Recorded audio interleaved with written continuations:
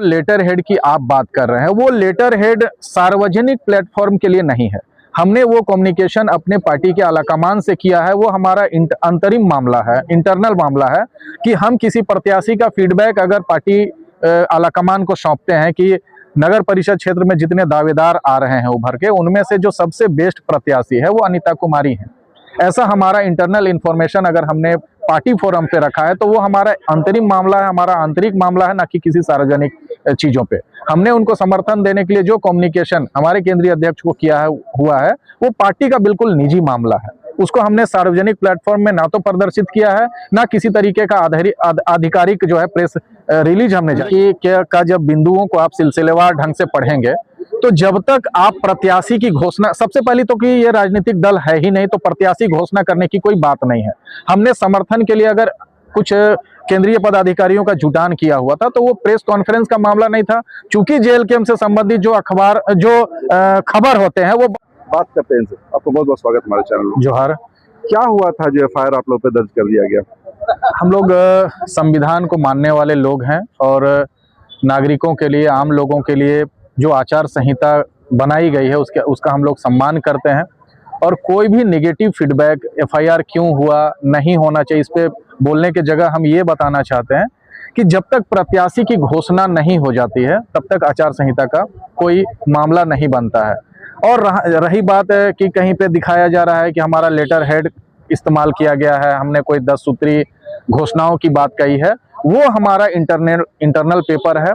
किसी तरीके से फर्जी सिग्नेचर और फर्जी लेटर हेड के सहारे उन चीज़ों को वायरल किया जा रहा है। हमने किसी भी तरीके का आधिकारिक कोई प्रेस कॉन्फ्रेंस नहीं किया है। वो हमारा निजी कार्यक्रम था जिसमें हम लोगों ने नैतिक समर्थन जो देने की बात है।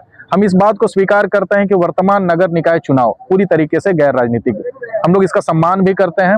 लेकिन कोई भी व्यक्ति कहीं ना कहीं किसी दल से जुड़ा हुआ है, उसका किसी प्रत्याशी के समर्थन में खड़े हो जाने का मतलब ये नहीं है कि उसको हम लोग दलीय बनाना चाहते हैं या उसको राजनीति का रंग देना चाहते हैं।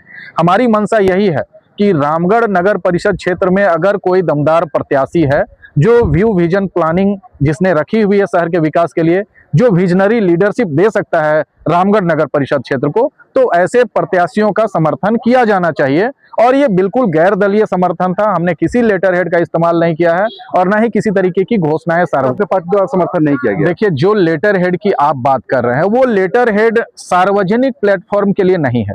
हमने वो कम्युनिकेशन अपने पार्टी के आलाकमान से किया है। वो हमारा अंतरिम मामला है, इंटरनल मामला है कि हम किसी प्रत्याशी का फीडबैक अगर पार्टी आलाकमान को सौंपते हैं कि नगर परिषद क्षेत्र में जितने दावेदार आ रहे हैं उभर के, उनमें से जो सबसे बेस्ट प्रत्याशी है वो अनीता कुमारी है।